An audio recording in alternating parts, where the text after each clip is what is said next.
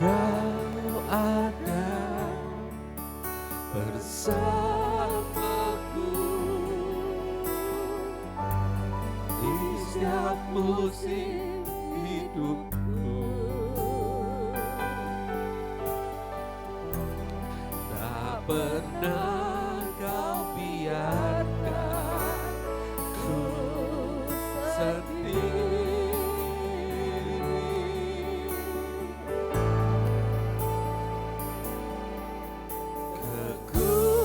Kekuatan di jiwaku adalah bersamamu. Tak pernah ku ragukan kasih-Mu. Percaya Dia ada bersamamu, bersamaku Bapa. Ku lewati semua perkenanan-Mu yang teguhkan hatiku.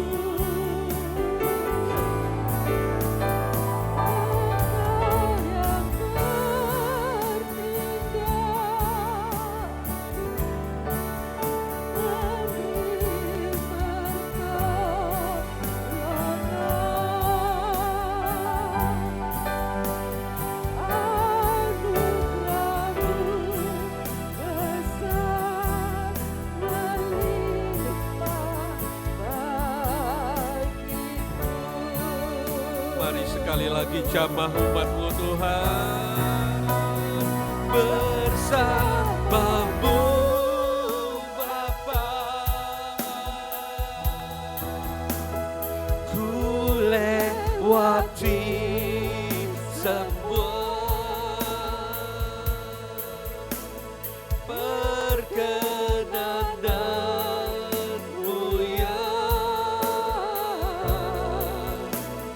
teguhkan hatiku. Engkau yang bertindak,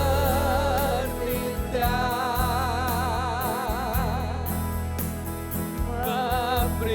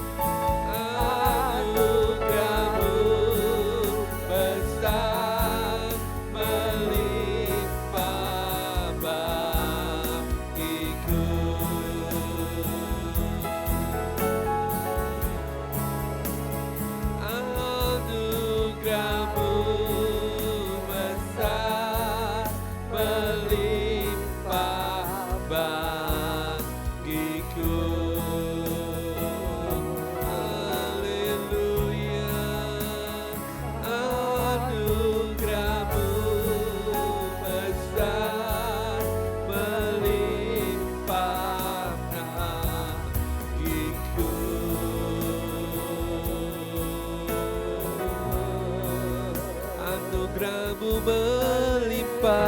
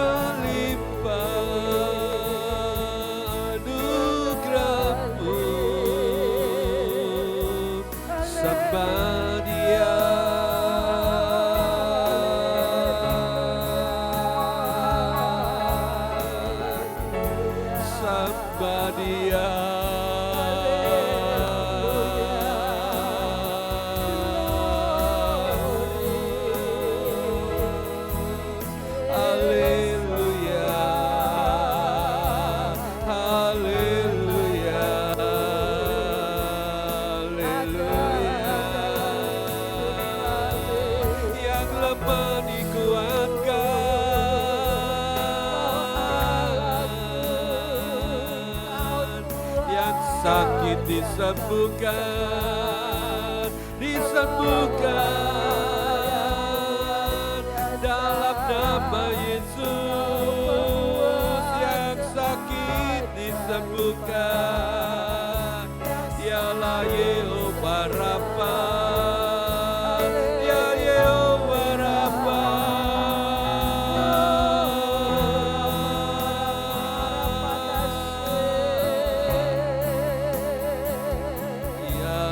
Sakit disembuhkan,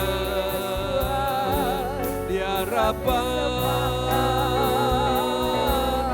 Yahweh,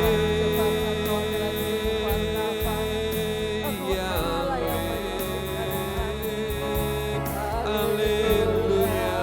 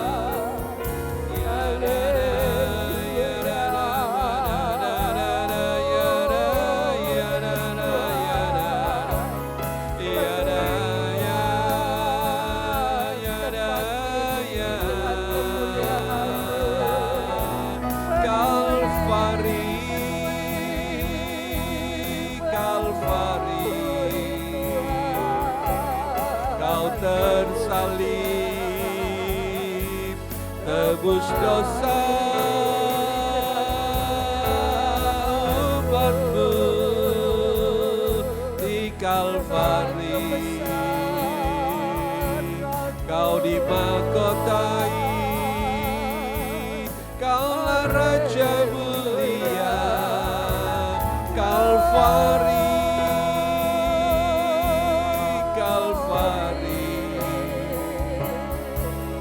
bukti kasih-Nya atas kita. Kalvari, karya terbesar. Kalvari, Kau disalibkan. Kalvari, Kalvari, bilur-Mu menyembuhkan, ya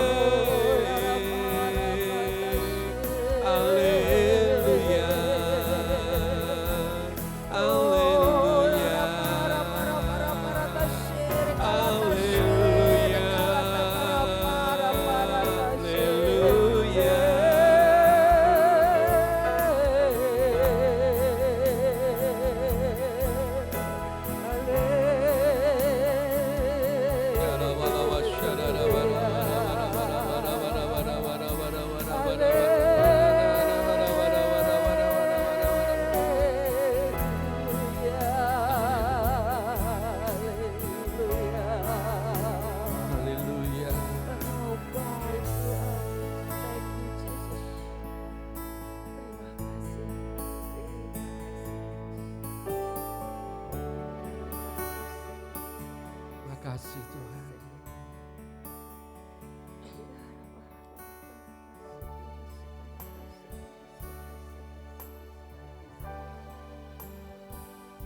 Sungguh nyata Engkau di tempat ini Tuhan.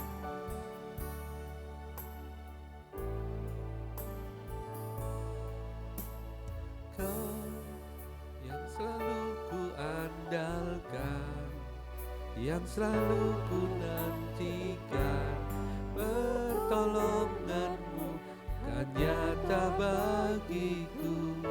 Hanya Kau yang selalu ku andalkan, yang selalu ku nantikan, selama ku menyembah, mukjizat pasti terjadi. Kau yang selalu ku andalkan, yang selalu ku nantikan, pertolongan-Mu kan nyata bagiku.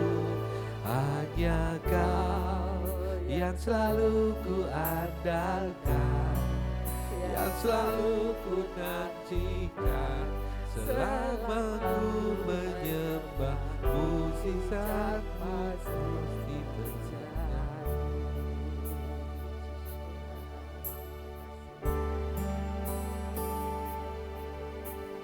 Kau yang selalu ku andalkan, yang selalu ku nantikan, pertolongan-Mu kan nyata bagiku. Hanya Kau yang selalu ku andalkan, yang selalu ku nantikan, selama ku menyembah, mukjizat-Mu pasti terjadi. Kita tenang sejenak dalam hadirat Tuhan. Mari kita buka kedua tangan kita, memandang wajah-Nya yang menyinari kita.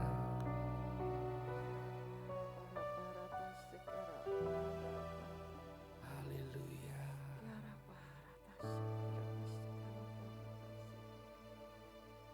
Kau yang selalu ku andalkan, yang selalu ku nantikan, pertolongan-Mu nyata bagiku. Hanya Kau yang selalu ku andalkan, yang selalu ku nantikan, selama ku menyembah, mukjizat pasti terjadi.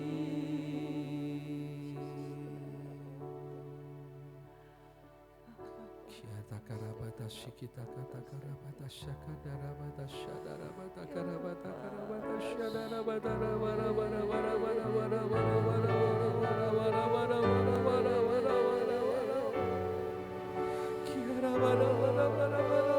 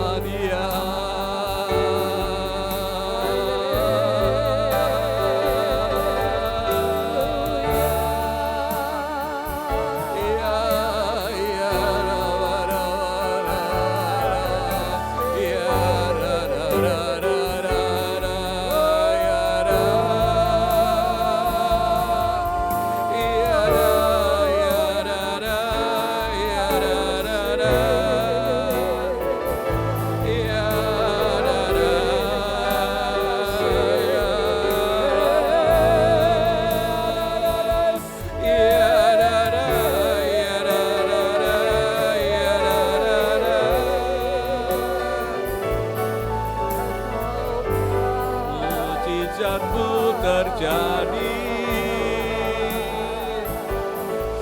mujizatmu terjadi Tuhan. Kau yang membelah lautan, Kau yang berjalan di atas air, Kau Tuhan. Kau yang menyembuhkan orang kusta, orang buta, yang lumpuh berjalan, Kaulah Tuhan. Kau pembuat mujizat yang ku percaya. Kau rubah air jadi anggur Tuhan di kandang. Kau Tuhan yang ku percaya. Ku sembah Kau selalu di hidupku. Ku percaya Kau Tuhan di hidupku. Haleluya, haleluya,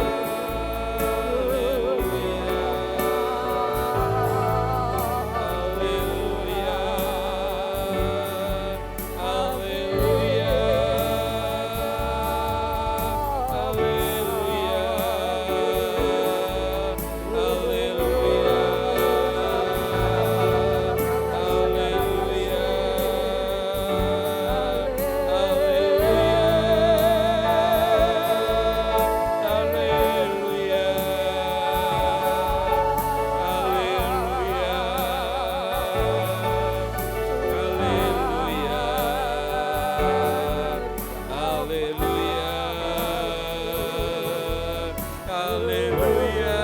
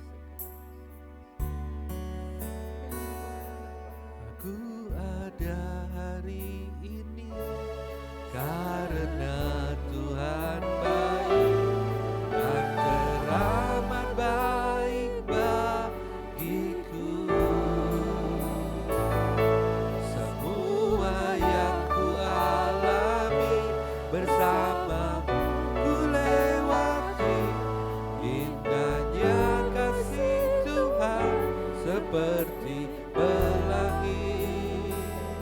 Aku ada hari ini karena Tuhan baik dan teramat baik bagiku. Semua yang ku alami bersamamu ku lewati, indahnya kasih Tuhan seperti pelangi. Sehabis hujan, mari kita bangkit berdiri. Kami undang Bapak Kusuma untuk berdoa. Aku ada hari ini karena Tuhan baik dan teramat baik bagiku.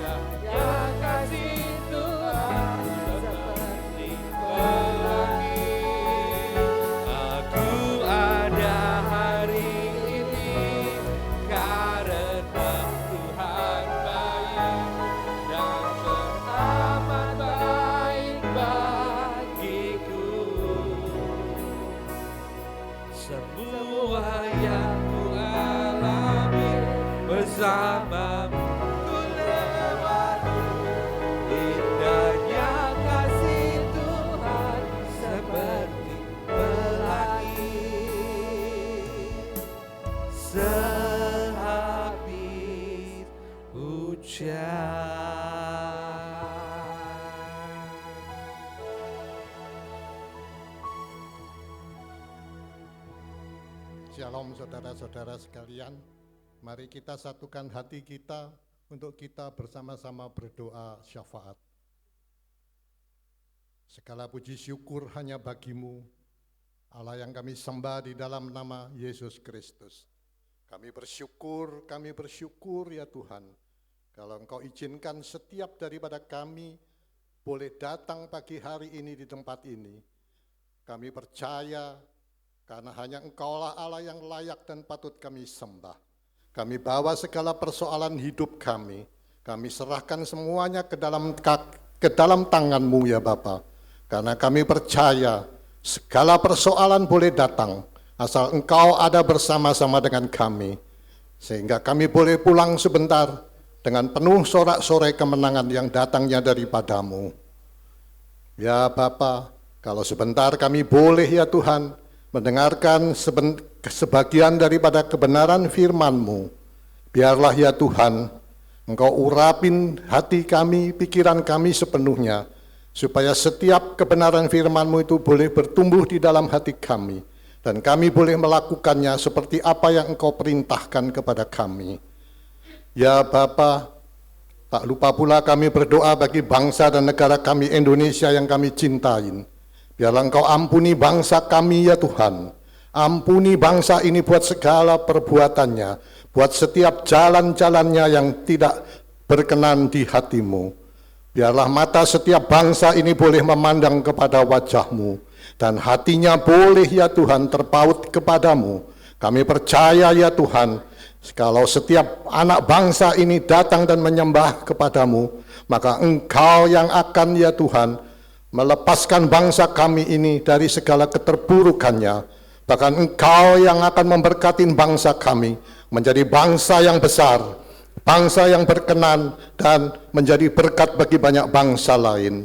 Engkau urapin berkatin juga hamba-Mu, Bapak Juanda yang sebentar boleh menyampaikan sebagian daripada kebenaran firman-Mu. Urapi mulut bibir lidahnya, kuasai hati dan pikirannya, supaya apa yang dia perkatakan itu hanya datang daripada-Mu saja. Ya Bapa, Engkau urapin berkatin hidup nikahnya, keluarga besarnya, dan kemanapun juga hamba-Mu ini Engkau utus, Kau dapatin dia sempurna, setia sampai pada akhirnya. Kami serahkan seluruh doa kami hanya di dalam nama-Mu, Yesus Kristus Tuhan. Amin.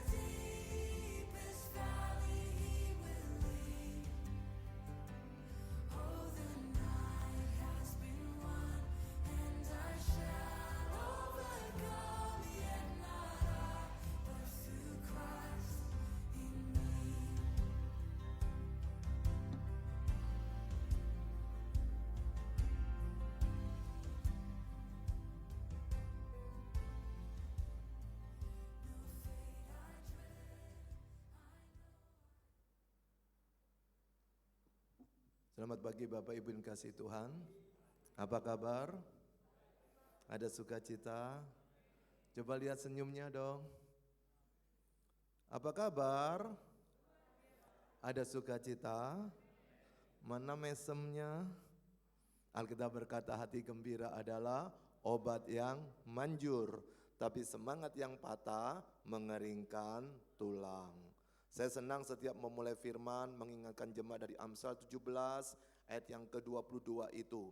Yang berkata hati gembira adalah obat yang manjur, tapi semangat yang patah mengeringkan tulang. Kenapa saya suka mengingatkan?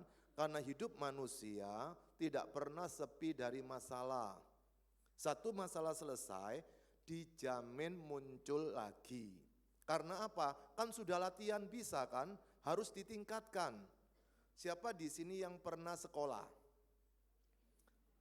Pada waktu sekolah ada pelajaran matematika, bukan? Oke. Sejak kapan ada pelajaran matematika? Sejak playgroup atau SD? Kalau zaman yang dulu itu sejak SD. Saya dengar zaman sekarang yang playgroup pun sudah diperkenalkan dengan matematika tersebut. Coba bayangkan, kelas 1 dapat matematika, kelas 2 dapat matematika, kelas 3 dapat matematika, kelas 4 dapat matematika, 5 matematika, 6 matematika, SMP 1, 2, 3 matematika, SMA 1, 2, 3 matematika. Apa enggak bosen? Kenapa kok enggak sekalian aja dikeluarkan?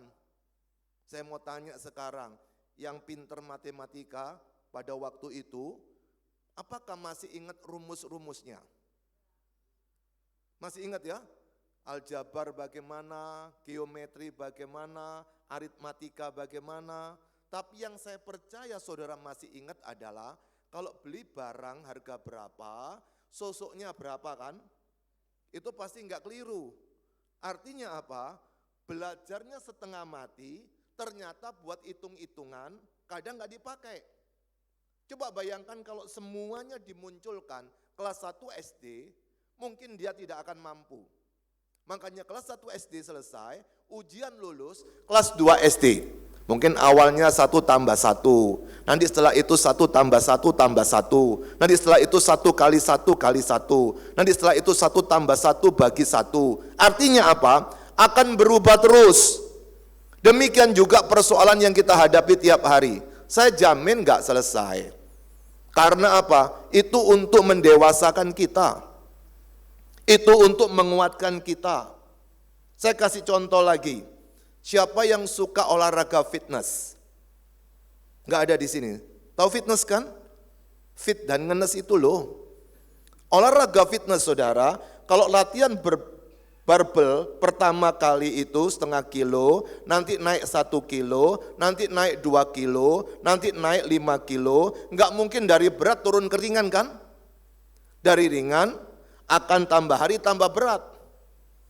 Karena apa? Itu untuk membentuk otot tubuh kita semakin kuat. Membentuk tubuh kita semakin bagus. Demikian juga saudara, ketika kita menghadapi masalah, ketika kita menghadapi persoalan, paling tidak ada 4 tujuannya. Tujuan pertama adalah menyadarkan bahwa kita orang berdosa. Itu yang pertama. Yang kedua, untuk menunjukkan tentang kemuliaan Allah. Contohnya pada waktu ada kisah orang buta di dalam Alkitab, lalu muridnya tanya, siapa yang berdosa itu? Lalu Yesus berkata, oh enggak, dia bukan, orang tuanya bukan, tapi supaya kemuliaan Tuhan itu dinyatakan. Tapi yang ketiga, mengapa kita ada persoalan? Yaitu untuk menyadarkan kita supaya kita tetap cari Tuhan. Kalau kita nggak ada masalah, nggak cari Tuhan loh. Saudara, tadi pujian penyembahan luar biasa. Saya mau tanya, apakah pujian penyembahan tadi itu bisa dinikmati jemaat di jalur Gaza? Pada waktu mereka menyembah di rudal, kemudian ada pendeta di dalam satu berita, kena rudal juga kakinya. Kalau kita di sini saudara, pada waktu engkau memuji menyembah, keadaan aman-aman. Paling tokonya seret aja, paling cari duitnya susah. Tapi kan nggak dikejar-kejar untuk dibunuh kan? Masih lebih enak kita di sini. Tapi kenapa kita tidak bisa menikmati Tuhan dalam hidup kita pada saat ada di tempat ini? Tapi yang keempat, untuk menguatkan rohani kita. Jadi saudara tahu, setiap pergumulan persoalan yang kau hadapi, semakin engkau cinta Tuhan, semakin dipercaya Tuhan untuk pekerjaan yang lebih banyak. Saya mau buktikan, saudara mungkin punya suami yang sangat menyakitkan. Tuhan sudah tahu itu dititipkan ke saudara. Supaya apa? Dikembalikan ke Tuhan lagi. Mungkin kau punya semangat yang sabar luar biasa, nanti bisa dikasih istri yang cerewet juga. Karena apa? Karena Tuhan tahu ini makhluk cocok kumpul sama makhluk ini. Maka kalau kita tahu seperti ini, kita tidak akan gampang bersungut-sungut. Kita tidak gampang kecewa, tidak gampang sakit hati. Kenapa? Semua yang terjadi pada hidup kita itu tidak ada yang kebetulan, amin. Semua bertujuan. Kalau kita tahu semua bertujuan, kenapa kita ini suka marah-marah sama Tuhan? Kenapa kita suka kecewa sama Tuhan? Kenapa kita gampang sakit hati kepada Tuhan? Karena kita berpikir Tuhan itu harusnya beri yang baik-baik untuk kita. Itu bukan ajaran Alkitab. Itu ajaran keyakinan lain. Saudara tahu Yesus pernah berkata, barang siapa engkau ikut aku, engkau tambah menderita. Barang siapa engkau ikut aku, engkau harus pikul salib. Barang siapa mau ikut aku, engkau akan diolok, akan dilecehkan. Kalau hari ini suamimu menghina engkau karena engkau suka ibadah, kalau hari ini istrimu suka memojokkan engkau karena engkau suka berdoa, itu sudah dinubuatkan. Jadi kalau semakin engkau dekat sama Tuhan, persoalan tambah banyak. Itu sebabnya saudara, pada hari ini kita akan merenungkan satu bagian firman Tuhan tentang putus asa. Berapa banyak dari kita putus asa dalam hidup ini? Karena kita berpikir kenapa masalah-masalah tidak selesai-selesai. Tadi sudah saya katakan tidak pernah akan selesai. Satu masalah selesai akan muncul lagi. Satu masalah selesai akan muncul lagi. Nanti saya akan tunjukkan saudara bahwa di hadapan Tuhan masalah kita tidak pernah selesai. Tetapi di hadapan Tuhan, Tuhan sudah tahu apapun yang kita alami itu tidak pernah terlepas dari kontrolnya Tuhan. Siapa di sini yang pernah putus asa? Oh, enggak tahu ya? Enggak ada. Oh, ada Bapak ya. Tahu toh putus asa? Bukan putus sama C asa ya. Bukan putus sama kakak asa. Putus asa berarti putus harapan kita yang sedang kita cita-citakan tadi. Makanya bagaimana caranya kita tidak mudah putus asa? Jangan banyak harapan. Termasuk harapan ke Tuhan. Nanti bisa marah-marah sama Tuhan. Katanya kalau saya suka ibadah, toko saya rame. Katanya kalau saya suka memberikan uang untuk pekerjaan Tuhan, maka saya akan diberkati. Katanya kalau aku setiap pelayanan, keluargaku akan sehat-sehat. Kita akan kecewa kan? Kita bisa sakit hati toh? Pernah ketemu enggak orang yang seperti ini di sekitar kita setiap hari? Saudara, mungkin ada di antara engkau bukan cuma tahu tentang putus asa. Mungkin hari ini engkau sedang putus asa. Putus asa kepada siapa? Putus asa melihat perbuatan suamimu. Putus asa melihat perilaku istrimu. Makanya kita seringkali ketemu orang-orang suka ngomong seperti ini. Wes embo, sak karepmu, sak senengmu. Itu ciri-ciri sudah kena virus namanya putus asa. Pernahkah kita melakukan seperti itu dalam hidup ini? Ketika engkau membawa orang kepada Yesus, tapi engkau tidak melihat ada perubahan hidupnya? Atau engkau sedang mengajak orang untuk datang beribadah, tapi tidak ada kemauan dari orang itu? Lama-lama kita berkata, udah enggak usah lagi, biarin aja terserah dia. Kenapa bisa seperti itu? Karena kita sudah putus asa. Saudara, saya ini sedang mempraktekkan apa yang dikatakan Paulus pada waktu dalam penjara. Dia menulis kepada jemaat di Filipi seperti ini. Hendaklah kebaikan hatimu diketahui semua orang. Tuhan sudah dekat. Nah saudara, di sekitar rumah saya itu tentu bukan orang yang suka dengan orang Kristen. Apa yang saya kerjakan, kalau pagi hari, selama hari itu saya tidak pelayanan seperti ini atau tidak mengajar di kampus, maka pagi hari saya akan ambil sapu, saya nyapu depan rumah saya, rumah samping sana, rumah sana, rumah sana, rumah sana, rumah sana. Tapi kalau enggak sempat pagi, sore, sekitar sudah mau gelap, saya nyapunya rumah sini, sana, sana, sana, sana, sana. Intinya satu rumah ke kiri, satu rumah ke kanan, sebelah sana dan sebelah situ. Tapi pada waktu orangnya nggak ada. Karena saya tidak sedang cari muka. Saya ingin berbuat baik, biar Tuhan yang tahu. Saudara, tapi yang membuat putus asa saya apa? Karena setelah saya sapu, daun-daun turun lagi loh. Daun-daun itu jatuh lagi. Apalagi yang sebelah sini itu punya tanaman jambu. Yang depan juga punya jambu. Yang sana punya jambu. Jambu yang saya sudah saya potong karena supaya nggak ngotor-ngotorin. Nah pada waktu itu jatuh, saya datang, saya bersihkan lagi. Saya datang, saya bersihkan lagi pada waktu orang tidak melihat saya. Saudara yang dikasihi Tuhan, putus asa itu berarti kita sudah tidak kuat lagi melakukan apa yang bisa kita lakukan.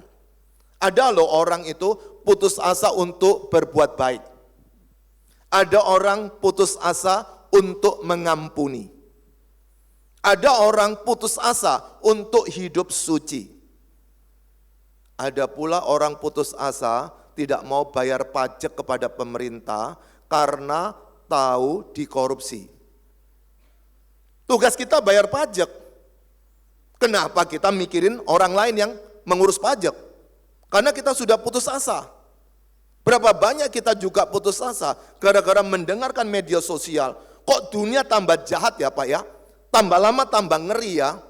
Saudara, dunia tambah jahat tambah ngeri itu bukan cuma sekarang. Sejak zaman dulu. Cuma sekarang saudara pegang media sosial, tahu. Siapa yang tahu tentang perang dunia pertama? Nggak ada yang tahu. Waktu itu belum ada TV kabel, belum ada Instagram, belum ada Facebook, belum ada media sosial yang canggih.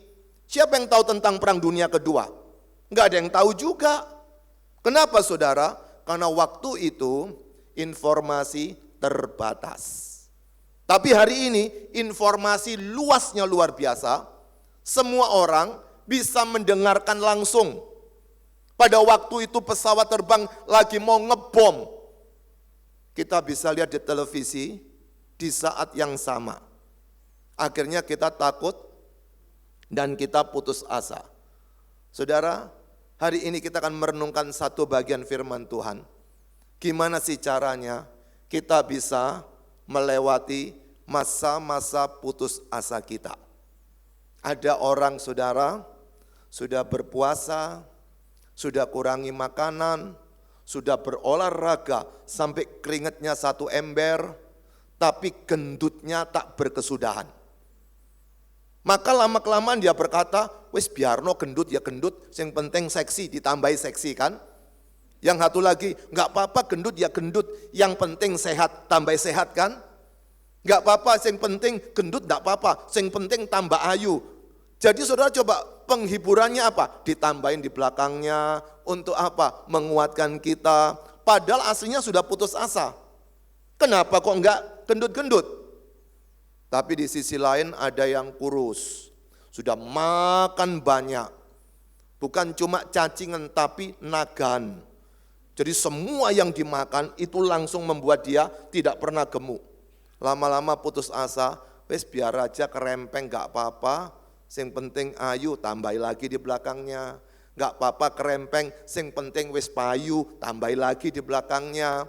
Anda perhatikan, itu cuma penghiburan untuk kita. Kenapa kita tidak bisa menerima keadaan? Karena kita suka membandingkan hidup kita dengan orang lain. Kita suka iri hati kepada sesama kita.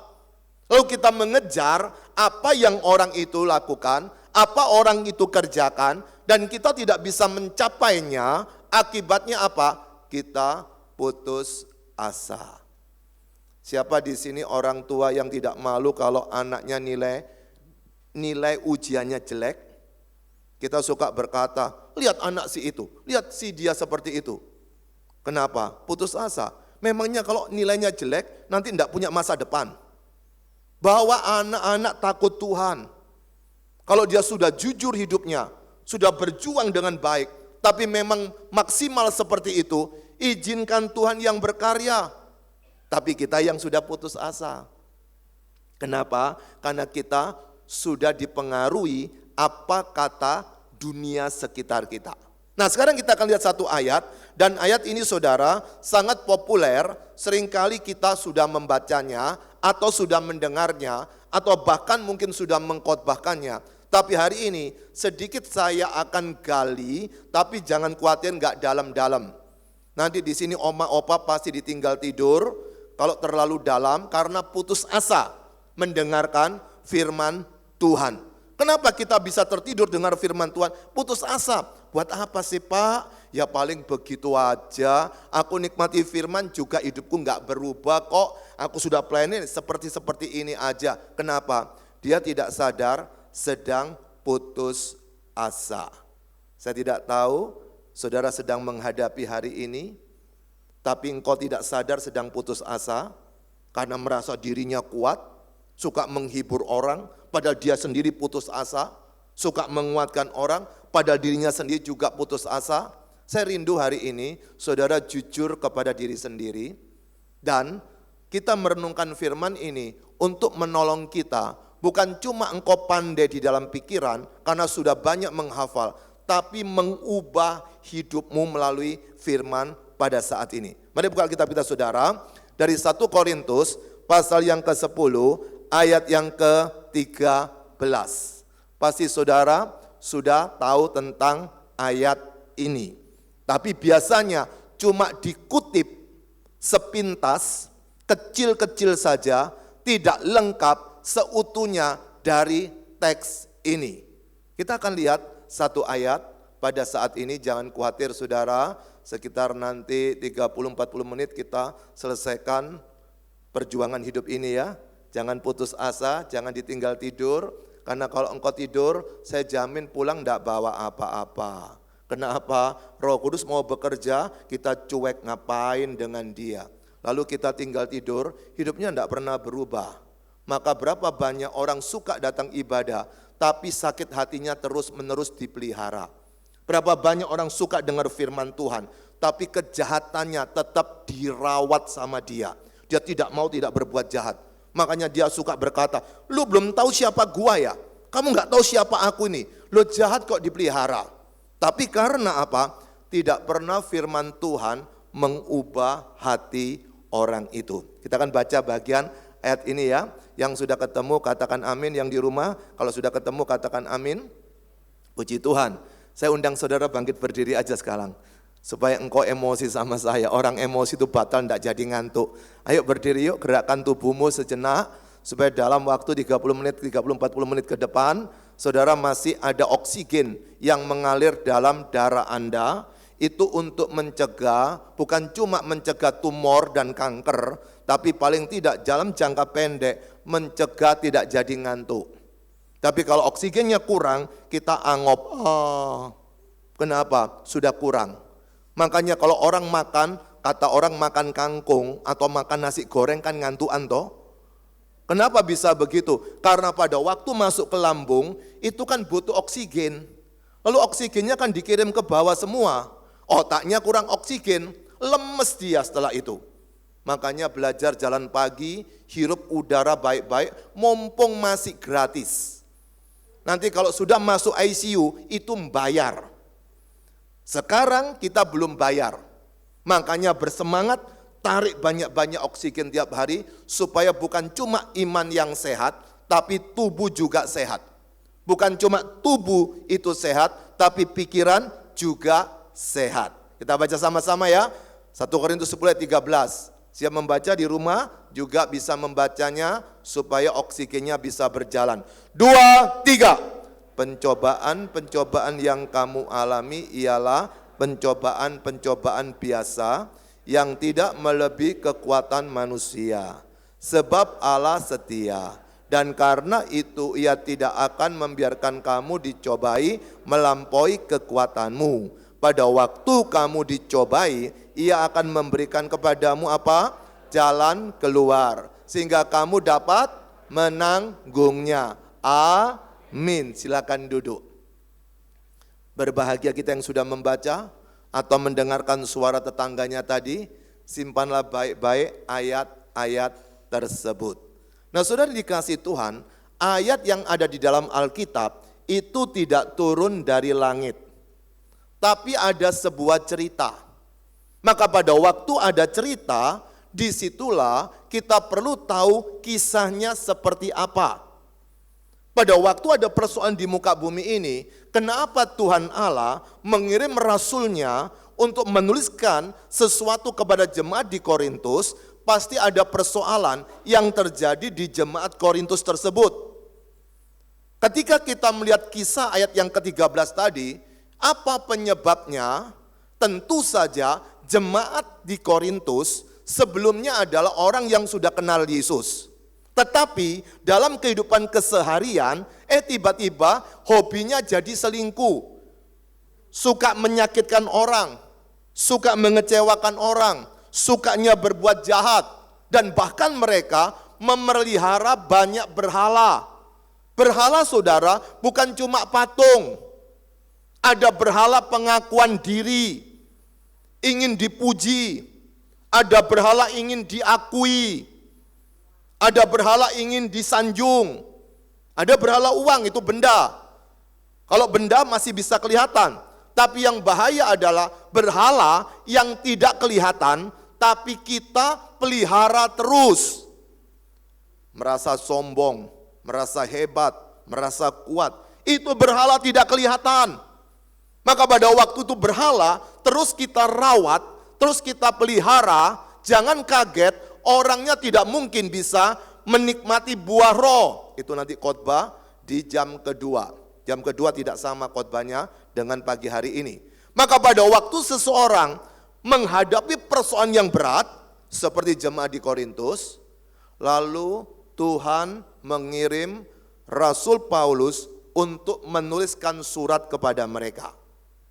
Kita akan lihat, tolong dibukakan di ayat yang pertamanya. 1 Korintus pasal yang ke-10, ayat yang pertama bisa muncul di situ.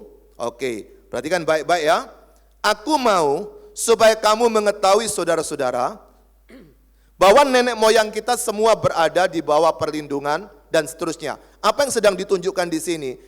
Jemaat di Korintus diingatkan tentang gaya hidup nenek moyang. Semua kita kan punya nenek moyang kan, enggak tiba-tiba muncul kan, punya masa lalu kita semua. Maka diingatkan, hati-hati loh nenek moyangmu itu ngalami seperti yang kamu alami hari ini. Jangan main-main sama Tuhan loh. Kemudian ayat yang kedua,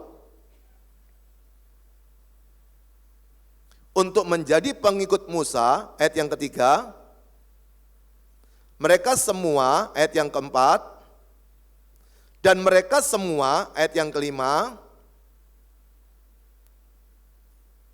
tetapi sesungguhnya demikian, Allah tidak berkenan pada bagian yang terbesar dari mereka, karena mereka ditewaskan di padang gurun. Saudara tahu ceritanya seperti ini, nanti baca sendiri di rumah ya, supaya saya menghemat waktu. Mereka itu kan keluar dari Gosyen, masuk ke tanah Kanaan. Waktu di Gosyen bersungut-sungut, minta dibebaskan. Tuhan baik. Lalu dikirimlah Musa. Pada waktu di jalan dalam perjalanan keluar, mereka bersungut-sungut berkali-kali. Pada waktu mereka bersungut-sungut, disitulah mereka menghadapi pergumulan yang berat. Karena ngelawan Tuhan. Belum lagi yang mereka bikin lembu emas. Belum lagi mereka yang suka selingkuh dengan pelacur-pelacur. Artinya apa? Mereka menghadapi seperti yang dihadapi jemaat Korintus. Tidak berbeda. Kemudian ayat yang ke-6 berkata seperti ini. Semuanya ini telah terjadi sebagai contoh bagi kita, untuk memperingatkan kita supaya jangan kita menginginkan hal-hal yang jahat seperti yang telah mereka perbuat. Jadi saudara tahu, kejahatan itu nular. Kejahatan itu nurun.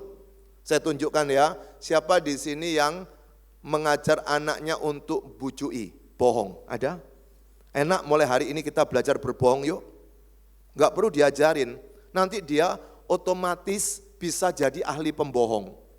Bahkan lebih hebat daripada orang tuanya. Anak kecil loh saudara, enggak pernah diajarin bohong, dia bisa bohong sendiri. Anak kecil tidak pernah diajarin untuk melawan, menghancurkan musuhnya. Dia bisa menghancurkan musuhnya sendiri. Anak kecil tidak perlu diajarin egois, bisa egois sendiri. Saudara, itulah cengkeraman dosa. Jadi orang Israel pada waktu keluar, mereka juga menghadapi tekanan seperti jemaat Korintus. Kemudian ayat yang ke-7 dikatakan sebagai berikut.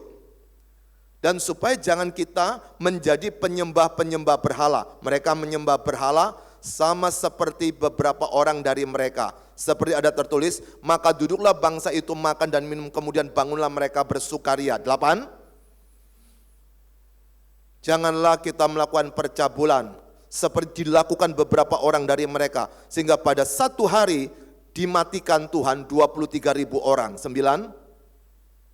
Dan jangan mencobai Tuhan sama seperti dilakukan oleh beberapa orang dari mereka, sehingga mereka mati di pagut ular. 9, 10, ya oke. Dan janganlah bersungut-sungut seperti beberapa orang dari mereka, sehingga mereka dibinasakan oleh malaikat maut. 11. Semuanya ini telah menimpa mereka sebagai contoh dan dituliskan untuk menjadi peringatan bagi kita yang hidup pada waktu mana? Di zaman akhir telah tiba. Saudara, ketika kita belajar Alkitab, zaman itu dibagi dua. Zaman sebelum Kristus, itu bahasa Inggrisnya before of Christ.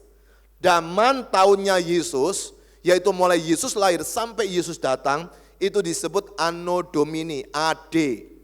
Maka pada waktu Yesus muncul, di situ sudah muncul antikristus. Kalau zaman dulu mempergunakan para nabi, tapi pada waktu zaman akhir mempergunakan Yesus anaknya untuk menjelaskan tentang bagaimana berkenan di hadapan Tuhan. Tapi apa yang terjadi saudara tahu? Sejak Yesus lahir sudah ada antikristus. Dimulai daripada Herodes yang ingin membunuh bayi-bayi yang ada. Kemudian pada waktu Yesus berkarya, mereka berteriak salibkan dia. Pada waktu Yesus sudah naik ke surga, ada murid-muridnya muncul, semua enggak suka dengan murid-muridnya. Sampai hari ini kita sebagai murid Kristus juga dimusuh. Padahal mereka belum tahu siapa Yesus. Tapi kok kita sebagai orang Kristen juga dimusuh oleh mereka. Berarti apa? Zaman akhir ini begitu sulitnya luar biasa, tapi kita perlu hati-hati, jangan seperti orang-orang zaman dulu yang suka melawan Tuhan. Kemudian di ayat yang ke-12, muncul seperti ini, sebab itu siapa menyangka bahwa ia teguh berdiri, berhati-hatilah supaya jangan ia jatuh. Kembali ayat yang ke-13. Baru muncullah ayat yang ke-13, pencobaan yang kamu alami dan seterusnya. Jadi saudara yang dikasihi Tuhan, waktu itu paling tidak ada dua jenis manusia. Manusia yang pertama adalah merasa hidupnya dalam dosa, kemudian gak mau mentas-mentas, menikmati dosanya, padahal sudah jumpa Yesus, tapi tidak mau meninggalkan masa lalunya. Maka diperingatkan oleh firman Tuhan tadi. Tapi di sisi lain ada yang merasa kuat. Aku ini suka pelayanan, aku ini WL, aku singer, aku pengkhotbah, aku sekolah Alkitab. Maka dikatakan hati-hati ya, jangan sampai jatuh. Pada waktu mereka mendapatkan penghiburan itu, mereka merasa bahwa apa yang sedang dihadapi kok begitu berat ya. Lalu muncullah perkataan pencobaan-pencobaan kamu alami dan seterusnya ini. Saya tidak tahu saudara, apakah kita hari ini sedang hidup dalam dosa, atau di sisi lain kita sedang sombong secara rohani karena tidak pernah melakukan dosa, lalu menghina orang yang suka berbuat dosa. Ah, dia itu selingkuh pak, ah dia itu suka berbohong pak, padahal kita juga lupa doa, sama-sama kan? Padahal kita juga tidak datang beribadah, tidak baca Alkitab, tapi kita suka mengata-ngatai orang. Lalu ada yang berkata begini, kok susah ya hidup ini ya, apalagi yang Kristen, kok berat ya hidup ini ya. Maka pagi hari ini saya ingin menghibur saudara, jangan putus asa kalau menghadapi tekanan di dalam pikiran kita. Kalau menghadapi tekanan secara fisik, contoh sakit penyakit. Tapi yang hati-hati, tekanan secara rohani kita, merasa sombong rohani, dan orang paling dekat dengan Tuhan. Maka tipe-tipe seperti ini gampang sekali mengalami kejatuhan. Ada orang rohaninya bagus, khotbahnya hebat, tapi hobinya suka nonton film porno. Ada orang terang-terangan memang, aku memang orang berdosa, mau apa? Loh sudah berdosa kok bisa sombong? Jadi saudara lihat kan, ada tipenya masing-masing. Nah sekarang kita akan lihat di ayat yang ke-13, untuk menemukan 3 jawaban, gimana sih caranya supaya kita bisa mengatasi putus asa kita setiap hari. Ada 3 A. A. Kalau saudara ingat 3A atau A3, itu ingat apa biasanya? Baterai ya? Oke. Jadi saudara kalau suatu hari engkau sedang putus asa, lalu pegang baterai A3 atau lihat baterai itu di supermarket, saya rindu engkau mengingat firman Tuhan pada saat ini. Amin. A pertama saudara adalah aku bisa. Coba bicara sama-sama, aku bisa. Saudara, aku bisa itu bukan karena sugesti. Aku bisa bukan karena perkataan iman, the word of faith. Aku bisa bukan juga karena hipnotis atau hipnoterapi. Aku bisa juga bukan karena the positive thinking atau the possibility thinking. Berpikir bisa, berpikir mungkin. Oh bukan. Tapi aku bisa ini, itu harus disadari dari 1 Korintus pasal 10 ayat yang ke-13 yang bagian atas pertama. Dikatakan di situ sebagai berikut. Perhatikan ayat yang 13 bagian atasnya. Pencobaan-pencobaan yang kamu alami ialah apa? Pencobaan yang biasa, yang tidak melebihi kekuatan manusia. Saudara, diawali dengan kata pencobaan-pencobaan yang kamu alami. Kalau kita belajar tata bahasa, khususnya bahasa Yunani, saudara tidak usah mikir bahasa Yunani ya, saya jelaskan aja. Kata ini mempergunakan kata kerja perfect. Tahu belajar bahasa Inggris kan kata kerja perfect kan? Berarti sudah selesai kan? Tapi masih ada dampaknya kan? Sudah selesai, masih jalan terus kan? Sudah selesai, masih ada efeknya kan? Nah, kata kerja di sini memperkatakan seperti ini. Pencobaan-pencobaan yang sudah kamu alami, sudah selesai, tapi masih ada efeknya ke saat ini. Dan saudara, menurut Alkitab, khususnya kitab Injil, dia berkata begini, kesusahan sehari cukuplah untuk sehari. Karena besok ada lagi kan? Berarti saudara pada waktu ini selesai, kita merasa puas, tapi hati-hati, dampaknya masih ke depan. Lalu tiba-tiba muncul lagi yang baru, dampaknya masih ke depan. Lalu muncul lagi yang baru, dampaknya masih ke depan. Muncul yang baru, dampaknya muncul ke depan. Ini sudah selesai, masih ada dampak, selesai, ada dampak, selesai, ada dampak, selesai, ada dampak. Jadi kita enggak pernah selesai dari pergumulan hidup sampai kapanpun. Kecuali ada 2. 1, sakit jiwa. Kedua, dipanggil Tuhan. Makanya kalau saudara ada orang enggak pakai baju di pinggir jalan, saudara teriakin begini, hei gila lu, gendeng koniku. Saya mau tanya, lama-lama yang gila itu yang ngomong atau yang jalan? Yang ngomong kan? Kenapa? Dia cuek aja, dia tenang aja, enggak peduli. Kamu mau bilang apa, enggak ada urusan. Tapi saudara, rohani Kristen enggak bisa cuek aja. Karena kita harus dibentuk tiap hari. Makanya pada waktu ada orang koreksi, kita berubah. Pada waktu ada orang menegur, kita berhati-hati. Pada waktu orang memperingatkan, kita tidak melakukan lagi. Artinya apa? Ketika firman Tuhan kita dengarkan, itu adalah gambaran bagaimana Tuhan sangat mengasihi kita, memperhatikan kita. Dan pertanyaan saya seperti ini hari ini. Kenapa saudara hari ini datang mendengarkan khotbah yang saya sampaikan? Padahal sebelumnya enggak pernah datang. Apakah engkau berpikir Tuhan punya tujuan untuk hidup kita? Apakah engkau sedang merenung bahwa Tuhan sedang ingin berbicara kepada kita melalui firman Tuhan hari ini? Saudara, menurut sejarah Alkitab, biasanya kalau Tuhan mau beracara, itu diperingati lebih dulu. Sebelum Adam dan Hawa makan buah pengetahuan baik dan jahat, sudah diperingati jangan makan. Pada waktu sebelum dibinasakan oleh air bah, sudah diperingati bahwa cepat-cepat bikin bahtera Nuh, cepat-cepat masuk ke kapal itu. Sudah ada peringatan semua.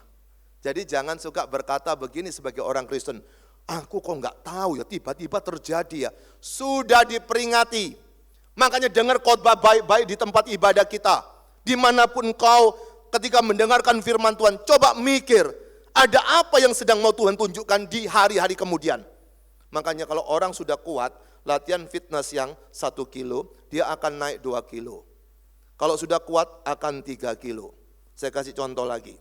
Ada seseorang yang kami konseling dengan istri dan melewati perceraian. Setelah itu apa yang terjadi? Saudara tahu?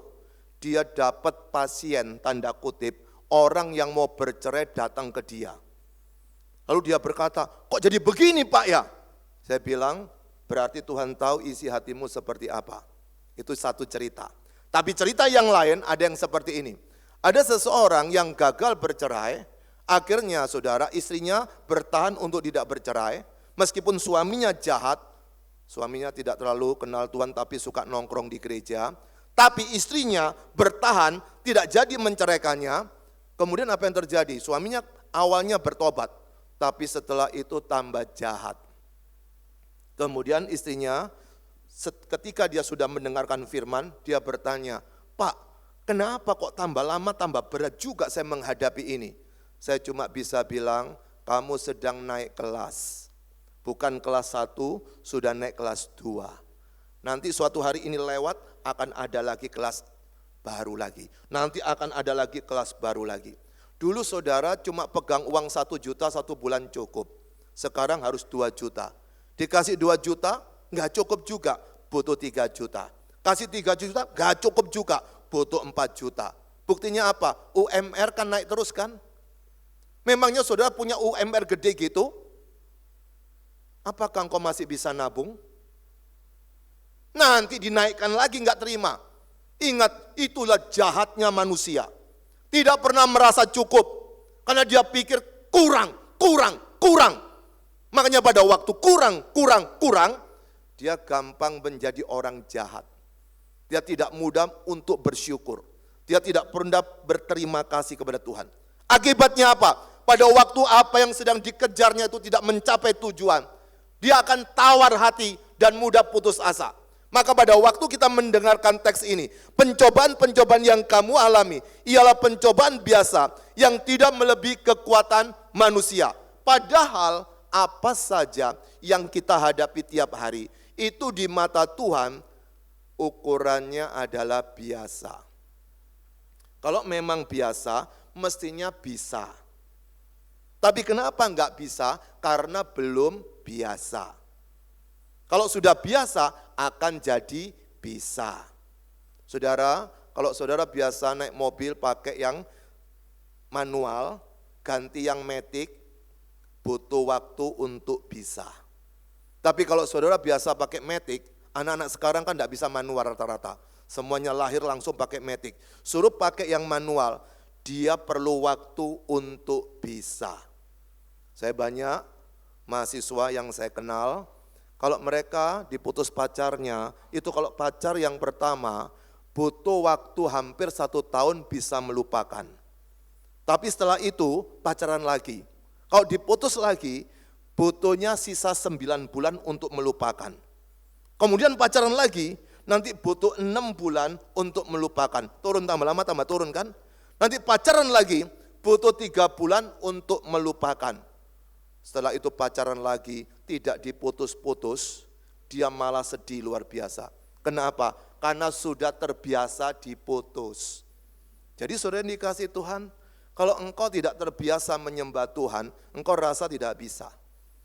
Kalau engkau tidak terbiasa untuk mendengarkan firman Tuhan dengan serius, maka engkau rasa tidak bisa. Pernah enggak orang suka berkata seperti ini? Aku enggak kudus Pak, aku enggak layak Pak. Loh kok tahu dia enggak kudus, enggak layak, tahu dari mana?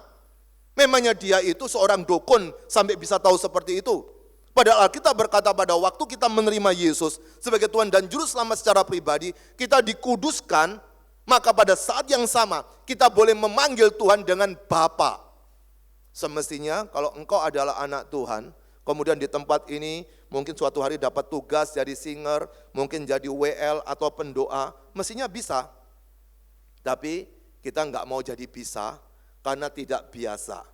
Jadi saudara yang dikasihi Tuhan, perhatikan di ayat yang ke-13 bagian awal. Pencobaan yang kamu alami ialah pencobaan biasa yang tidak apa? Melebihi kekuatan manusia. Jadi jangan khawatir, sudah diukur sama Tuhan. Kalau hari ini engkau sedang doa sama Tuhan, kapan Tuhan nolong saya?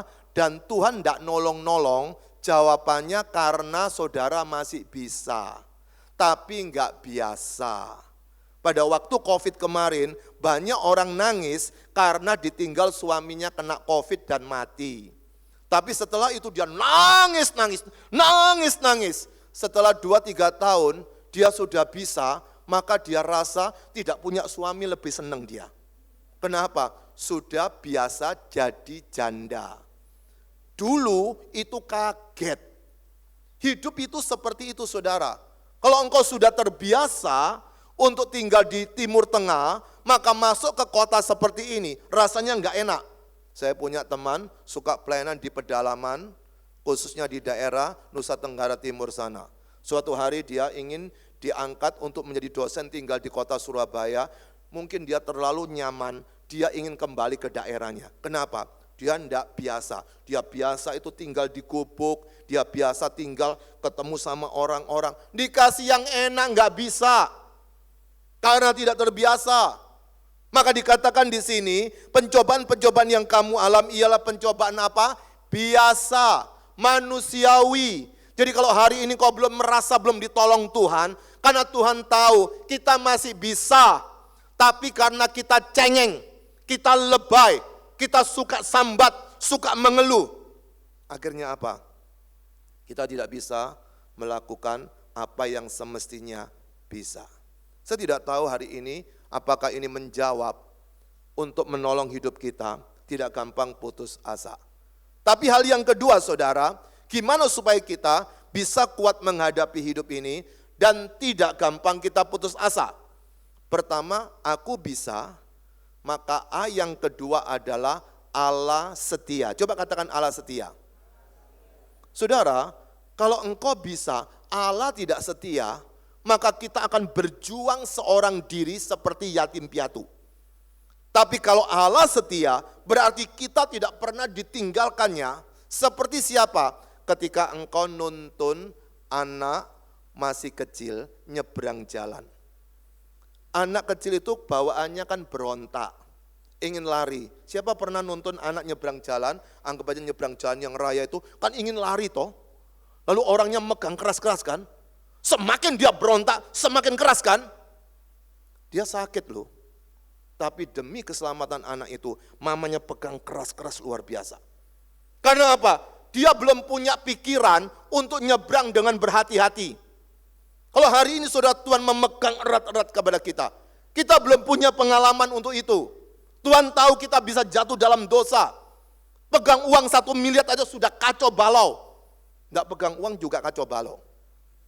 Enggak punya rumah, kita bisa kacau. Punya rumah bagus, bisa kacau. Dulu enggak punya anak, cinta Tuhan. Punya anak, ngerawat anak. Tuhan sudah tahu, kalau tak kasih anak, hatinya pasti ke anaknya daripada ke aku. Tuhan tahu Pak Bu, makanya kalau kita menikmati firman Tuhan, kita enggak gampang putus asa, karena kita tahu Allah yang setia, tidak pernah meninggalkan kita. Sudah tahu, teks itu berkata seperti ini. Sebab Allah setia, dan karena itu ia tidak akan membiarkan kamu dicobai melampaui kekuatanmu. Saya dari bawah ada kata membiarkan. Saudara, Tuhan kita tidak pernah membiarkan kita untuk hancur dan binasa. Dia tidak ingin semua itu masuk neraka. Pada waktu malaikat jatuh dalam dosa, itu diusir dari tahta Allah, mereka menjadi Satan atau setan. Maka pada waktu mereka berontak, tidak ada pengampunan dari Tuhan. Tapi manusia ada pengampunan. Saya kasih contoh. Sudah tahu cerita tentang Adam dan Hawa, waktu mereka melawan Tuhan. Kemudian ketika mereka melawan Tuhan, mereka tidak pernah minta ampun sama Tuhan. Tidak pernah menyesali perbuatannya. Apa yang terjadi setelah itu? Allah yang setia turun ke Taman Eden. Tapi kurang ajarnya apa? Pada waktu Allah yang setia turun ke Taman Eden, Adam dan Hawa itu mungkin tidak tahu tata krama Jawa. Mbok sekalian disambut gitu kan? Mbok sekalian disapa. Tapi enggak kan? Pada waktu Allah turun ke Taman Eden, mereka malah sembunyi loh. Pada waktu sembunyi, Allah yang setia yang ngomong lebih dulu. Adam, di mana? Mestinya jawabannya kan harus tempat kan? Tapi jawabannya gini, aku takut, aku telanjang. Kamu ngapain? Ini loh, Hawa kasih aku makan buah itu. Singkat cerita saudara, mereka cepat-cepat ambil daun pohon ara untuk jadikan baju. Tapi Allah yang setia menyembelihkan hewan. Itulah lambang tentang Kristus yang mati di atas kayu salib. Ada darah tertumpah. Pada waktu dikuliti, lalu setelah itu dipakaikan ke Adam dan Hawa. Saudara yang dikasihi Tuhan, Allah yang setia itu tidak pernah menunggu respon kita. Kesetiaan Allah tidak pernah tergantung orang itu setia atau tidak. Coba bayangkan saudara hari ini, siapa yang hari ini sedang disakiti seseorang, engkau merasa sakit luar biasa. Pada saat yang sama, saya yakin engkau ingin berdamai dengan orang itu, tapi karena saudara punya berhala namanya harga diri, enggak jadi berdamai kan? Siapa yang jengkel sama mertua, sama besannya, sama rekan bisnisnya, sama keluarganya, sama kakek, sama adiknya, sama orang tuanya.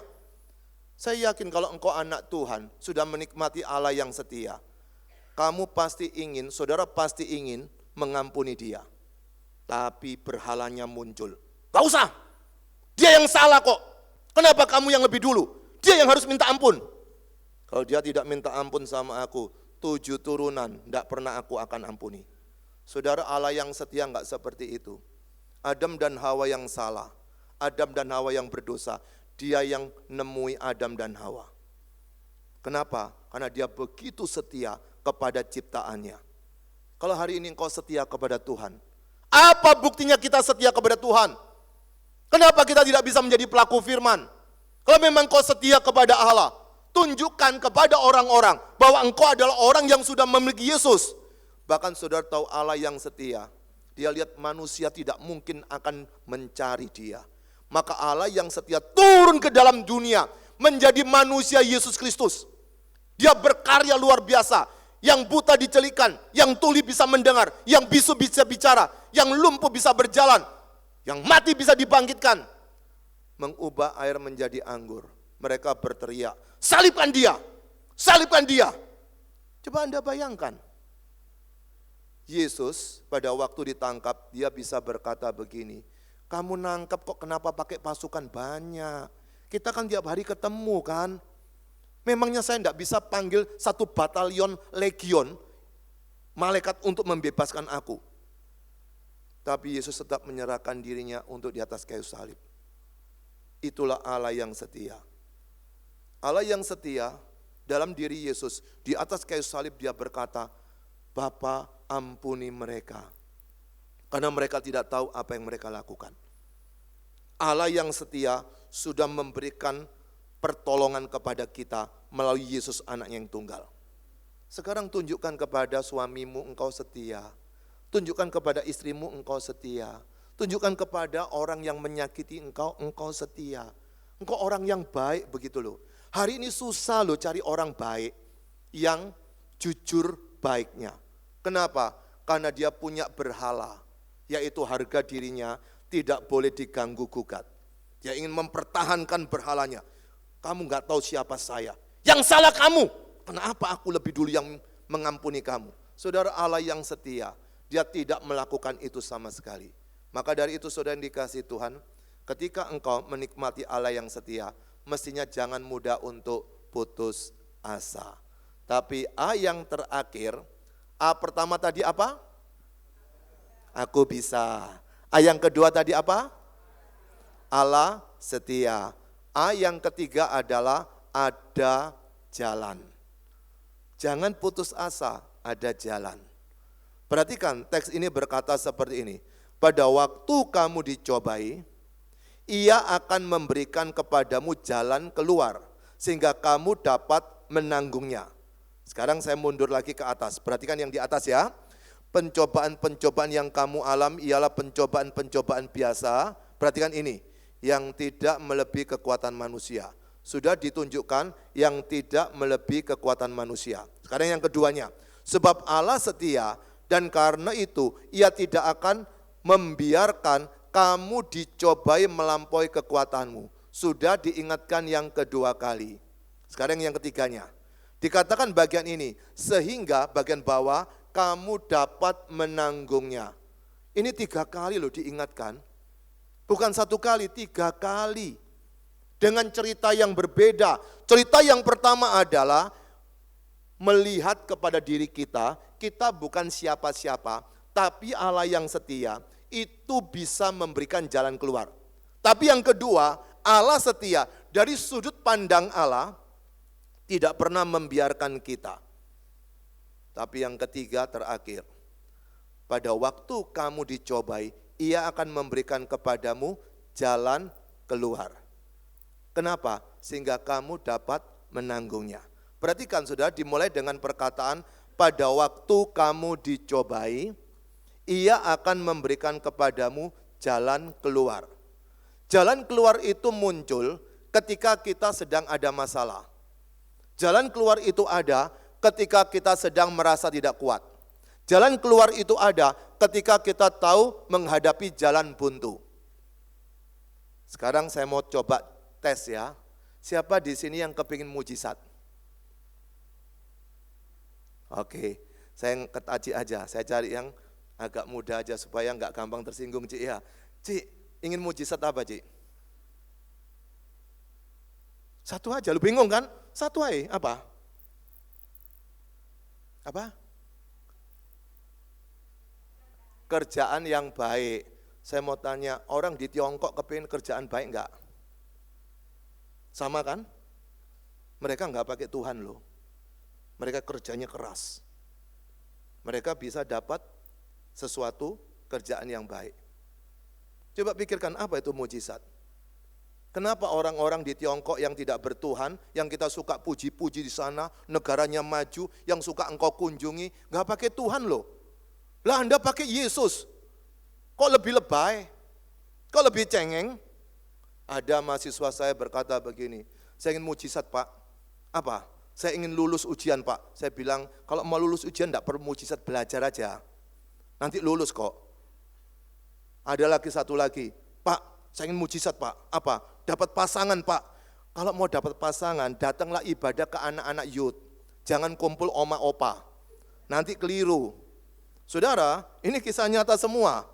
Kenapa? Kita kadang-kadang suka mujizat, tapi kita enggak tahu buat apa mujizat tadi. Saya kasih contoh. Ada seseorang, biasanya orang kalau habis operasi sakit kanker, pasti bersaksi dia dapat mujizat, betul? Tuhan sudah pelihara saya dapat mujizat kesembuhan dari kanker. Pertanyaannya, bagi dokter yang mengoperasi, itu bukan mujizat, itu kerjaannya tiap hari. Dia doa enggak doa, kalau dia bukan orang bertuhan, dia operasi juga kok. Nah kita kan suka operasi di negara-negara yang tidak bertuhan juga kan. Yang doa malah pasiennya, yang operasi malah enggak doa kan. Atau mungkin keyakinannya lain. Bagi dia biasa aja kok. Cuma operasi gitu, karena sudah ilmunya dia. Ada sebuah kisah saudara, ada seorang dokter yang tidak percaya mujizat. Mujizat itu ada, tapi perlu hati-hati. Apa itu mujizat? Itu yang perlu didefinisikan lebih dulu. Ada seorang dokter, dia tidak percaya mujizat, hingga suatu hari dia punya pengalaman seperti ini. Suatu hari dia operasi, karena sudah terampil, sudah pinter, akhirnya dia salah potong. Pada waktu salah potong, dia baru sadar ketika darahnya keluar. Dia kaget, loh kok bisa kena yang ini ya? Ketika dia kaget, daripada kena malpraktek, maka dia tetap kasih obat, tetap dijahit. Kemudian singkat cerita disuruh pulang, dia bilang nanti sekian waktu datang mau kembali lagi, kita kontrol. Saudara tahu dokter itu dalam pikirannya sudah yakin seyakin-yakinnya dia tidak bisa ditolong. Dia sudah selesai hidupnya. Singkat cerita saudara, beberapa waktu kemudian orang pasiennya datang lagi, lalu difoto, lalu diperiksa. Saudara tahu penyakitnya sudah enggak ada, luka yang salah potong sudah beres semua. Baru dokter itu berkata, ini mujizat. Karena apa? Di luar kemampuan dia. Di luar ketidakbisaan dia. Tuhan bisa pelihara. Maka dari itu saudara yang dikasih Tuhan, saya tidak tahu sekarang persoalan seperti apa. Tuhan bisa kasih mujizat, tetapi persoalannya adalah kita masih bisa melakukan yang biasa. Kita bisa. Kalau mau sehat jangan makan kacau. Kalau mau kaya kerja yang keras. Kalau kita mau berdamai dengan orang lain, ya berdamai dengan orang lain. Kita bisa. Kita mampu. Karena apa? Allah setia, itu pasti akan memberikan A yang terakhir, ada jalan. Di ayat yang ke-13 bagian bawah itu berkata sebagai berikut. Pada waktu kamu dicobai, ia akan memberikan kepadamu apa? Jalan keluar. Berarti apa? Tidak mengalami kebuntuan. Tapi persoalannya, jalan keluar ini jangan diharapkan sesuai dengan keinginan kita. Perhatikan baik-baik, dikatakan di situ seperti apa? Pada waktu kamu dicobai, ia akan memberikan kepadamu jalan keluar, sehingga kamu dapat apa? Bukan menyembuhkannya. Biar sakit, tapi bisa nanggung. Biar enggak ada uang, tapi bisa nanggung. Biar keadaannya kacau balau, dia bisa nanggung. Bahasa lainnya adalah bisa memikulnya. Bahasa lainnya adalah bisa menahannya. Maka orang seperti ini saudara, bisa menikmati hidupnya tanpa putus asa. Tapi menariknya saudara, kata kamu dapat menanggungnya, ternyata mempergunakan kata kerjanya masa lalu. Kalau dalam bahasa Yunani pakai nama aoris itu sama dengan past tense, masa lalu. Jadi kalau dikatakan seperti ini, ketika kita ada masalah, sebelumnya Tuhan sudah memberikan kekuatan kepada kita untuk bisa menanggungnya. Nah sekarang perhatikan baik-baik saudara, siapa di sini yang guru? Atau pernah jadi guru? Tidak ada. Ibu masih guru sekarang ya? Oke. Ci, aku mau tanya Ci. Tadi kan guru, pernah ngasih ujian ke murid-murid? Pernah ya? Pertanyaannya, pada waktu ngasih ujian, jawabannya sudah ada enggak? Ada enggak? Ci, pada waktu ngasih ujian, jawabannya sudah ada enggak?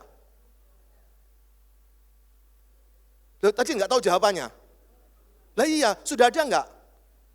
Ada kan? Siapa yang kasih ujian tapi jawabannya enggak ada? Itu bukan ujian bedek-bedekan, tebak-tebakan. Jadi tadi pada waktu mau kasih ujian ke muridnya, sudah jawabannya sudah ada. Kan enggak mungkin gini, anak-anak kita sekarang ujian. Ujian apa Bu? Ujian ini. Oke. Ibu tahu jawabannya? Enggak tahu. Kita sama-sama cari tahu ya. Sama-sama kita enggak tahu. Ayo kita cari tahu jawabannya. Apa seperti itu? Enggak kan? Sudah tahu jawabannya kan? Sudah ada jawabannya. Maka diujikan. Dan yang kedua, ujian itu kan sesuai kelas. Enggak mungkin dia kelas 2 kasih ujian materi kelas 6. Berarti apa? Dapat menanggungnya anak itu. Tapi kalau anak itu tidak belajar, tidak bisa menanggungnya. Dan yang ketiga, ujian itu biasanya adalah pelajaran yang sudah diajarkan. Begitu kan? Enggak ada kan? Sekarang ujian. Tentang apa? Tentang kamu enggak tahu tentang apa. Itu yang akan saya uji. Enggak ada kan ujian seperti itu. Jadi saudara, ujian pertama sudah ada jawaban. Yang kedua, sesuai kelasnya.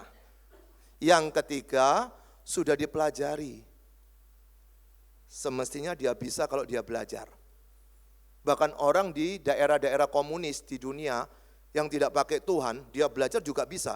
Malah yang lebih parah, yang bertuhankan Yesus Kristus, ujian malah nggak bisa. Itu kan mujizat kok. Masa dia sudah punya Yesus tapi nggak bisa juga.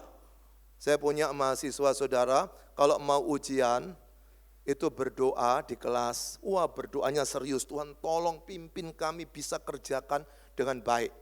Lalu saya tinggal, mereka berjemaat nyontek. Jadi doa untuk melancarkan supaya dosennya keluarkan dan dia bisa nyontek. Saudara, Yesus itu mencelikkan orang buta.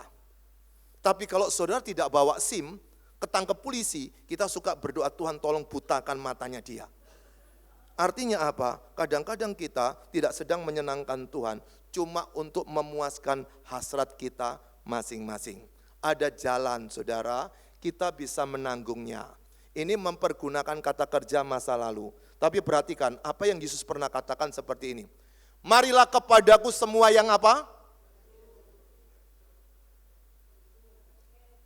Letih lesu dan berbeban berat. Kata berbeban berat dan letih lesu sedang menjelaskan persoalan kita. Lalu apa yang terjadi dalam kasus ini? Aku akan memberikan apa? Kelegaan lagi. Itu gambarannya ke masa depan. Kalau ini masa lalu, itu masa depan. Saudara, kita tidak tahu kita menerima pemulihannya kapan, tapi jawabannya sudah ada, kelegaannya sudah ada.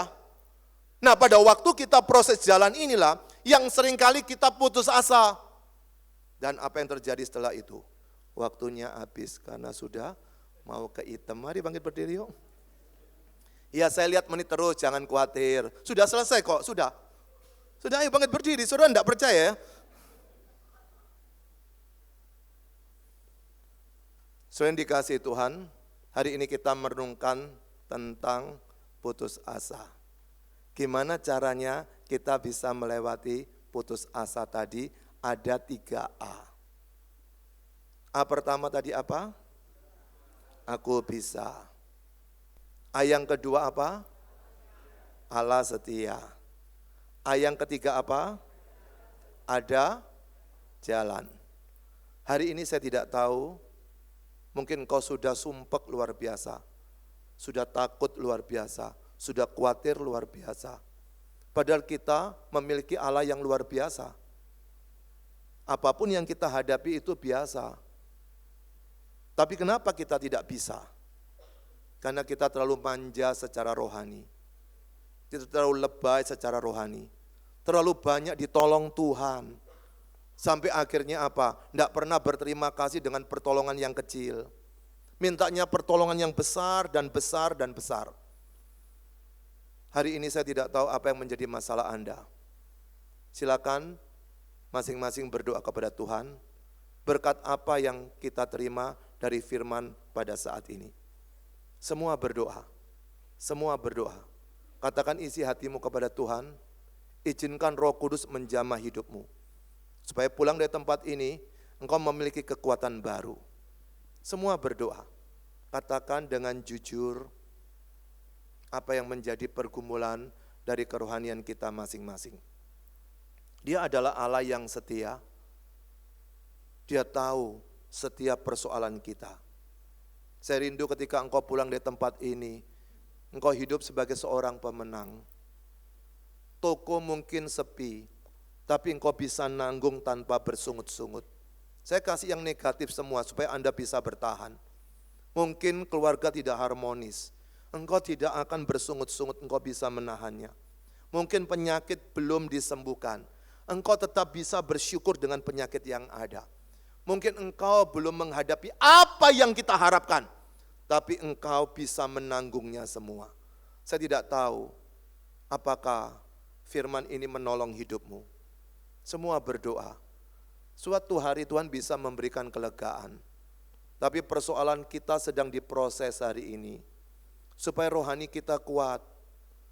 Makanya jangan suka nonton media sosial yang menghibur, membuat kita kaya, sukses. Nanti kita nggak bertahan menghadapi hidup ini.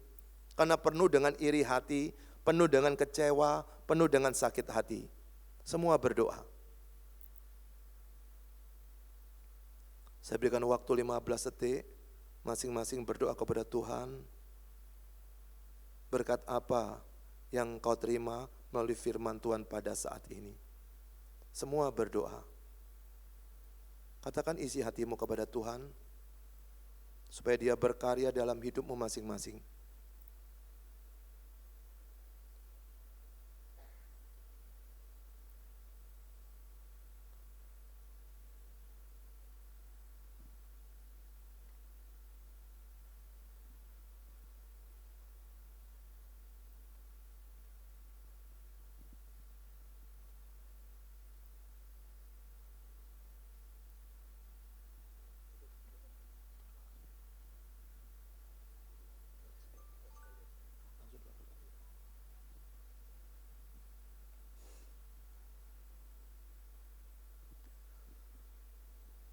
Mari kita pujikan Tuhan Yesus setia. Katakan isi hatimu dengan sungguh-sungguh bahwa Tuhan itu setia luar biasa. Syukur.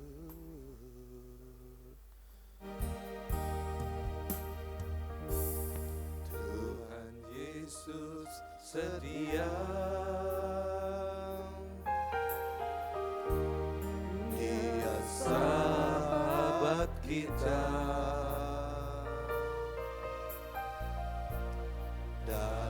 Segala susahku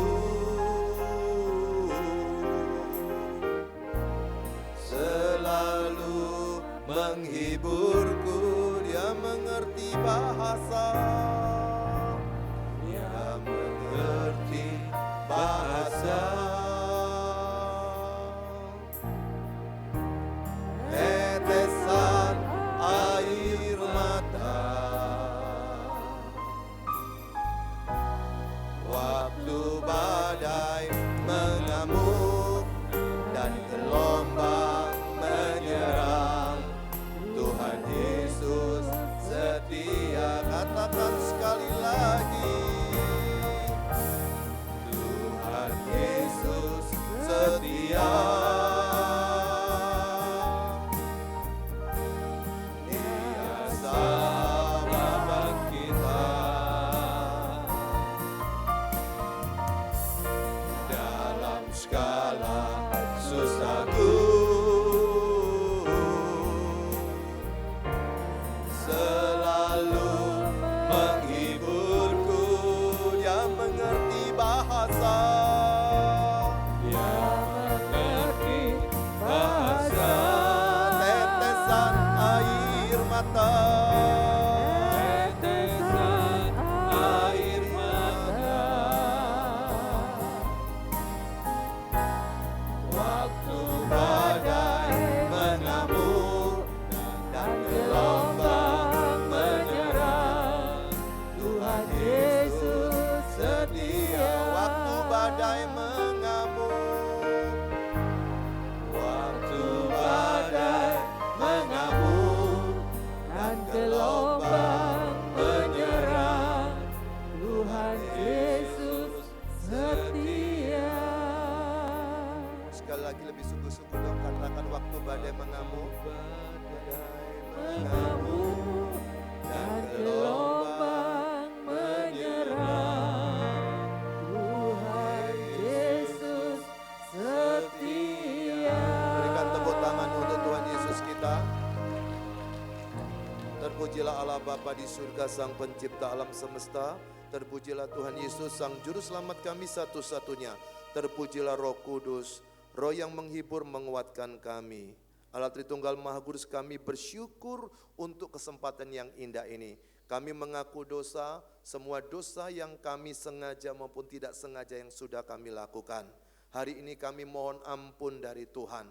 Ampuni dosa kami ya Tuhan, baik yang kami lakukan sengaja atau tidak sengaja. Dan kami bersyukur untuk firman Tuhan tadi. Berikan kekuatan kepada kami untuk tidak cengeng secara rohani, tidak gampang putus asa, tidak gampang menyerah menghadapi persoalan, tapi kami menyerah kepada Tuhan. Kami berserah kepada Tuhan, karena kami tahu Engkaulah junjungan kami, satu-satunya kami berharap. Terima kasih untuk kesempatan yang indah pada saat ini. Berkati hari ini anak-anak-Mu yang sudah menikmati firman Tuhan, baik di tempat ini maupun di rumah mereka masing-masing, dengan pergumulan mereka masing-masing. Kiranya melalui firman Tuhan tadi kami mengalami pendewasaan secara rohani. Kami tahu apa yang kami hadapi, kadang Engkau tidak akan menolong kami, karena kami tahu itu adalah satu bagian untuk melatih rohani kami, supaya semakin kuat, semakin tegar, semakin tabah, tidak gampang putus asa untuk menghadapi persoalan setiap hari. Berkati Tuhan, hari ini jikalau ada yang sedang bergumul tentang sakit penyakit, di dalam nama Tuhan Yesus, Engkau menjamah dan menyembuhkannya. Ada pergumulan di dalam masalah pekerjaan, Kau buka jalan ya Tuhan, supaya mereka mengerti pemeliharaan Tuhan tetap menyertai mereka. Yang mungkin sedang menghadapi keluarga yang tidak harmonis, Tuhan, mohon berkat-Mu untuk setiap yang sudah mendengarkan firman Tuhan, menjadi juru damai di rumah mereka masing-masing, berdamai dengan pasangannya, berdamai dengan anaknya, berdamai dengan keluarga besarnya semua. Terima kasih Tuhan. Yang mungkin sedang ada menghadapi persoalan studi atau kuliah atau apa yang sedang dikerjakannya hari ini, Tuhan buka jalan, Tuhan menolongnya. Berkati penata layan yang sudah ambil bagian hari ini, berkat Tuhan menyertai mereka. Berkati PD di tempat ini Tuhan, melalui PD ini boleh banyak orang yang mendapatkan manfaat dan keuntungan secara rohani. Terima kasih Tuhan Yesus, kami serahkan lingkungan di sekitar sini. Berkati Tuhan supaya keberadaan dari PD Allah adalah kasih ini menjadi berkat bagi mereka juga. Dan kami serahkan bangsa kami dari Sabang sampai Merauke, dari Pulau Miangas sampai Pulau Rote. Kami rindu Tuhan, sampai hari-hari kemudian kami tetap bisa beribadah dengan bebas di Indonesia. Kami tidak tahu masalah politik yang ada. Tuhan izinkan keinginan kerinduan hati kami masing-masing. Kami masih bisa bergereja tanpa tekanan, tanpa aniaya. Berkati Tuhan gereja-gereja di Indonesia, khususnya di Surabaya ini. Dan sebentar kami akan berpisah kembali ke dalam aktivitas kami masing-masing. Sebelum kita meninggalkan tempat ini, mari angkat tangan dan arahkanlah hati pikiran saudara kepada Tuhan Allah, untuk bersiap-siap menerima berkat yang tidak terduga-duga dari Allah yang Maha Kuasa, pencipta langit dan bumi. Engkaulah Jehovah Jireh, yang pasti menyediakan segala kebutuhan kita. Engkaulah Jehovah Rafa, yang pasti menyembuhkan sakit penyakit kita. Dan Engkaulah Jehovah Shalom, yang pasti menyertai kita dengan damai sejahteranya yang abadi. Kiranya kasih Allah Bapa dalam nama Yesus Kristus Tuhan, dengan kuat kuasa Roh Kudus akan memampukan kami setiap hari melewati putus asa dengan sukacita. Di dalam nama Tuhan Yesus kami sudah mengucap syukur dan berdoa. Haleluya. Mari yang percaya sama-sama katakan amin. Bapa